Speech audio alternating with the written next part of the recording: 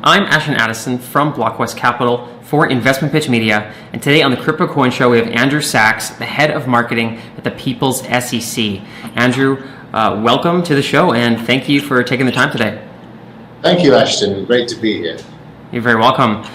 Let's dive into the Peoples SCE and payments in general. I'm excited to hear your insights on it and sort of what Peoples SCE has formed, and I think it's a little bit different than what we're seeing in the space right now. And let's just dive straight into it. I would love for you to kick it off with, what are you and your team working on in the payment space, and then we'll dive into all the details. Yes, absolutely. Actually, that's a very good point that you raised, that this is very different to what is in the current cryptocurrency space in general. Because overall, over the last few years, let's say 10 to 15 years since cryptocurrency came into existence, it's been largely viewed by the mainstream as an investment vehicle or a speculative investment vehicle. And there's a lot of exchanges that have come about, and it was never really used for what I think it was really designed for in the first place, which is to be an actual everyday currency. Because if it's used for that purpose, it's perfectly designed for that, because the blockchain, the way that everything is on a public blockchain, the way that the coins are mined, regardless of what type of coin they are, is very much people or peer-to-peer and people-orientated, and it can't be interfered with by any central organizations or any large corporations. It's really, from the outset, should have been used as the everyday currency for everyday life for the people, rather than that generated a sort of challenger to the centralized system. That's how I see it. So actually, what we're doing at the Peoples SCE is we're creating the app and the mechanisms behind the eCredits ecosystem, which is it's designed from the outset to be an actual currency for everyday life. So rather than a speculative investment vehicle, it is purely to empower small businesses and consumers, regardless of their background or status, on a completely decentralized methodology. So even the Peoples SCE itself is a European cooperative society, which means that the SCE is actually the Latin acronym for a European cooperative society, and it is owned by its members, and members can only have one share, and everybody gets one vote. So it's an it's a very equitable, democratic way of generating an everyday ecosystem for small businesses and people to go about their everyday life without any concerns about hierarchical interference or anything like that. So that's the overall ethos of why we exist. Great intro, Andrew. Thank you for that. And speaking of, like a cooperative and having one vote, is it like, some people are familiar with a traditional co-op in a type of company. Is it similar to that? Very similar in its makeup, yes. The difference, I suppose, is that it's completely decentrally governed. So whereas a cooperative society in the traditional sense that maybe manufactures things, or, there used to be cooperative supermarkets and collective farms and things like that, going back to the 1950s. And actually they had members, but they still had a sort of ownership board, and they still had some people who were actually in charge of and had a greater say. Whereas the Peoples SCE is completely decentrally governed organization, which means that absolutely nobody, regardless of who they are, has a greater say than anybody else. So it fits the structure of decentralizing the whole way that peer-to-peer transactions are made. So, for example, if you have, that fits in nicely with the eCredits ecosystem, which is built on the eCredits blockchain, and it has its own it has its own currency, the ECS. eCredits ECS is the currency, and the idea is to empower small to medium-sized businesses and consumers by putting everybody on the same level, so that nobody can actually come up. For example, now we live in a time where the centrally run financial organizations are having to raise interest rates because of high inflation that's affecting many Western countries, and inflation has been at high at a 50-year high in some parts of Europe and the United States over the last few months, and therefore the central bank will have to try and make a monetary policy that counteracts that, and usually that monetary policy involves increasing the interest rate. And if that happens and you've got a mortgage, then your mortgage payment is going to go up significantly, and there is really nothing that the customer or the average member of society can really have a say in that. It just has to comply with what the mortgage lender and the central bank has said. Whereas if you decentralize everything, then you don't have those monetary policies being made centrally, which therefore can affect everyday life and can affect your everyday budgeting and so forth. And you put yourself in control of your own future destiny by having a share and having an equal vote as everybody else in the actual system that you are using for your everyday life. So I see that as probably the most practical use case for digital assets that exists. Definitely. And Bitcoin has really stood out as a cryptocurrency that was originally set out in the white paper to be a peer-to-peer currency, and has sort of, depending on people's perspective in how they view it and how they use it, has also sort of turned into a store of value. And a lot of these other cryptocurrencies have specific use cases inside of decentralized networks, but not always their primary use case being like money or like everyday currency that you use to do trade and commerce and things like that. I'm curious on through the eCredits blockchain and the eCredits system, what kind of principles are they employing that sort of embodies that principle of money that's meant to be used every day? That's absolutely right, and you really hit the nail on the head when you say that Bitcoin was originally designed with that in mind, including its blockchain system, which limits the amount that can be actually circulated. It's kind of a digital way of emulating the way central banks restrict the flow of currency to keep the value in a certain way, in a very clever and democratic way. But of course, it subsequently became used as a speculative investment to the point where even quite a few government organizations consider it to be a store of value or a commodity, whereas in El Salvador, for example, it's a unit of currency because the El Salvadorian government made it an official tender in the country, so it's empowered over 70% of previously unbanked people who couldn't participate in everyday commercial society, and now they can buy things on Amazon, they can go to the supermarket and pay with a contactless system, things that were never imaginable before for most of the population. So it does have that use case that is certainly, if applied correctly, then it does have that use case. However, the idea of this particular, of our the eCredit system is to purely focus on empowering small to medium-sized businesses and everyday members of society, regardless of their status or background. For example, if you're a small business and you have got a small shop that sells products, that you have to buy the product from the supplier, and you then usually quite a lot of retail supplies are done on a 30-day invoice. So you buy your stock, you have 30-day invoicing. You then have to sell that stock at the retail price to then be able to make your profit. By the end of the 30 days, you pay the supplier the purchase price, the wholesale purchase price.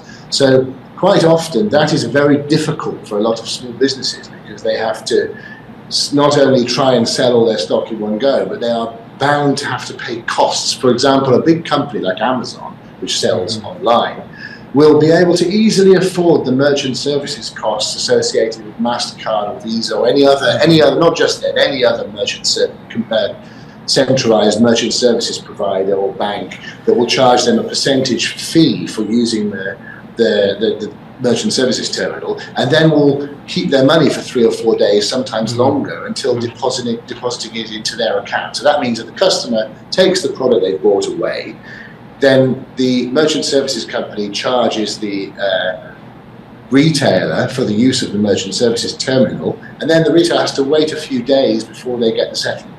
That's okay if you're a large corporation, but if you're a very small business, a one-man band small business, then you've had to buy the product in from the supplier. You've then had to customer comes in, buys one product, pays with his credit card, which guarantees the purchase. He then takes the product away. So you haven't got the product anymore. You've then got to wait 3 or 4 days before you get your actual settlement from the merchant services company.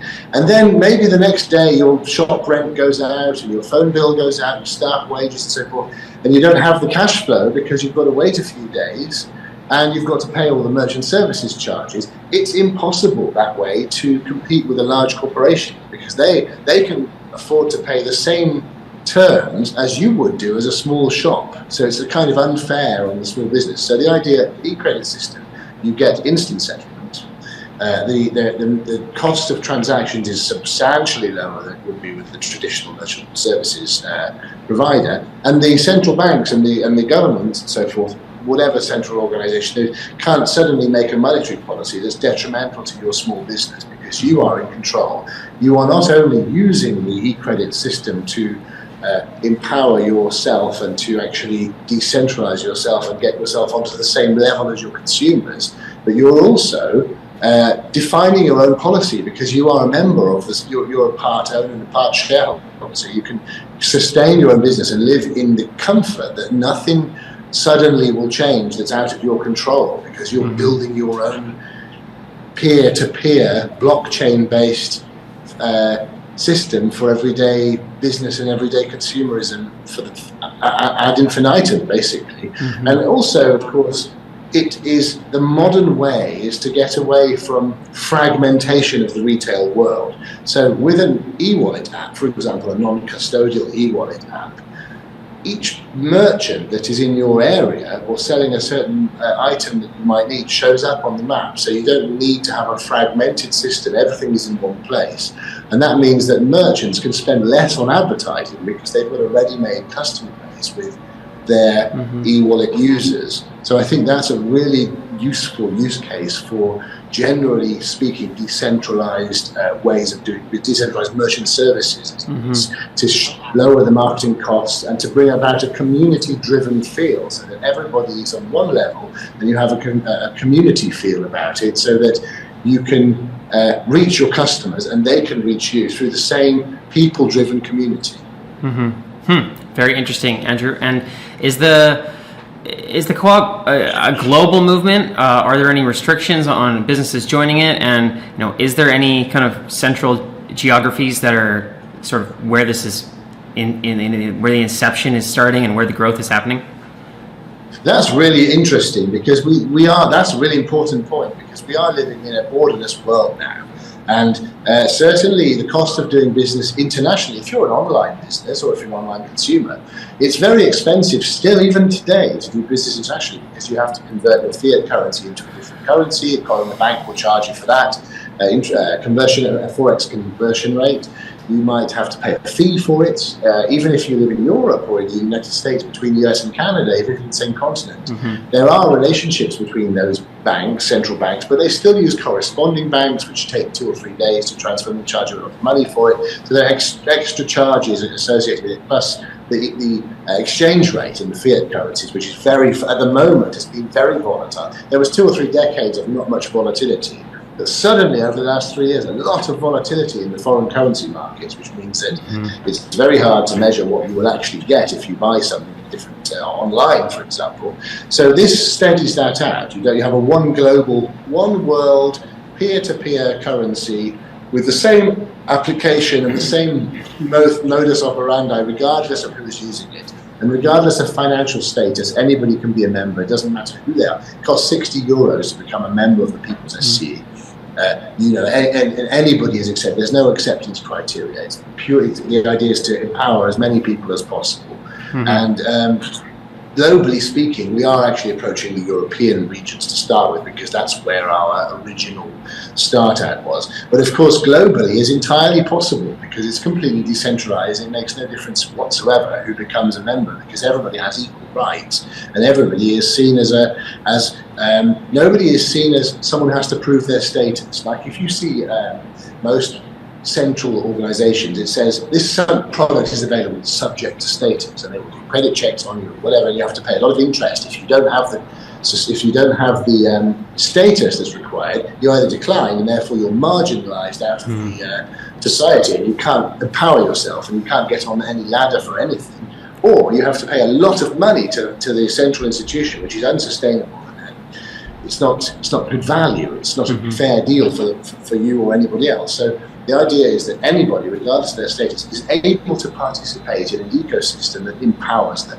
And of course, later on, you can build other projects on this, such as real estate projects, where you'll be able to tokenize part of real estate on there and list it on exchanges, and therefore potentially own property without having to borrow money from it, without having to go down the traditional route of having a mortgage, which costs a lot of money and takes a very long time to pay for. So the idea is that people who may not have been able to become financially independent, whether they have their own small business or whether they want to own their own property or go about everyday shopping in a cost-effective, borderless fashion, is able to empower themselves. Very interesting, Andrew. And one of the there's obviously a lot of benefits there, but one of the issues that I've noticed with small businesses is having to pay other parts, whether you're buying the products or something and the other people aren't a part of the co-op, to have to liquidate or pay in fiat and then accept cryptocurrencies, but then still have costs in fiat. I'm curious if there's a solution for Peoples SCE on being able to move in and out of fiat currencies and the eCredit system, until everyone gets on board and everyone's sort of using one currency. Yes, absolutely. And you're right.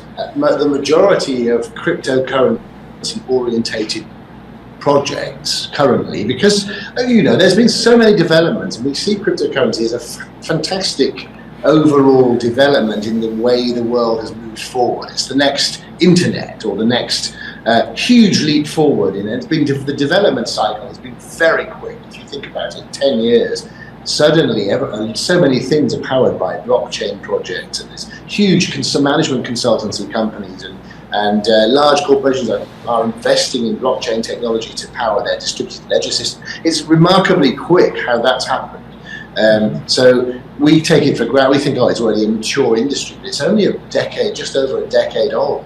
So what's happening is that I think because of that, a lot of the structure of these cryptocurrency companies haven't quite gone towards the fully decentralized nature that they should yet. Because yes, the currency they are operating is sort of decentralized, but the companies like cryptocurrency exchanges or blockchain projects are owned by boards of directors and shareholders, just like traditional centralized companies. So they might have a blockchain product, but a customer of that blockchain product is still a customer of a centralized corporation, just like a bank or anything else. So the way to do it is to structure it on a fully decentralized basis, that everything is decentralized and everybody has a say. And then what happens, what you should do then is make it so that your unit of currency, in this case the ECS, is exchange agnostic, so that you can choose where you want to off-ramp it into fiat currency and who gives you the best deal on off-ramping it into. Let's say you do need to use a central currency for some purpose. If you go to Europe or the US and you need euros or dollars, there should be a way of doing that. But it should be as democratic and easy as possible, so that you can go anywhere you like, to any interface you like, and off-ramp it however you like into whichever fiat currency you like, at the best cost possible. And of course, if you don't want to do that, then what you can do is keep your ECS as a currency on your e-wallet, and you can have a cold storage wallet and then use only ECS. But of course, we live in times where the fiat currency is still very much a dominant unit of sovereign currency ever in the world. So the idea is to not have to stick to the terms and conditions of one on and off ramp. Most cryptocurrency exchanges and entities are not only centralized in the way that they're structured like normal corporation, but you can only on and off ramp through their exchange, which means you have to, rather like a bank, you still have to pay the same fees that they dictate, or the same conditions and terms apply as if you were withdrawing dollars or euros from a normal bank. So the way to fully innovate is to remove that completely and completely democratize everything, so that there is no centralization whatsoever, and people can choose whatever they want to do with their ECS and how they want to offer out at whatever cost is better for them. Okay, great information, Andrew. Thank you so much. And what is the best way for people to learn more about the Peoples SCE and the eCredits system? Well, currently we have a YouTube channel, we have a Telegram channel where we broadcast our news. We have a lot of, if you download the application, the e-wallet application, you can sign up to newsletters, and we're very active in keeping everybody informed as to what we are developing and working on. There's a few exciting projects coming up at the moment. For example, there's e-vaulting, where you can actually e-vault some ECS, which means store them for a year and get a high percentage of return for helping to develop the structure of and build out the eCredits ecosystem. So there's things like that you can learn about by downloading the app and then signing up to a newsletter, and eventually in the new year there will be app-orientated notifications so we can keep in contact with our community on what is happening in the development and the expansion of the ECS, where it's becoming available, which new merchants are able to offer ECS, where you can actually buy things with ECS and so forth. So that would be the best way to actually do so. And of course, if you want to become an SCE member, then you join for €60, and then you can actually be a member and have a say in how things operate, and actually be part of the building of the economy of the future. Sounds great, and I will leave all those links in the description box below as well to make it easy for the viewers. Thank you so much for taking the time, Andrew.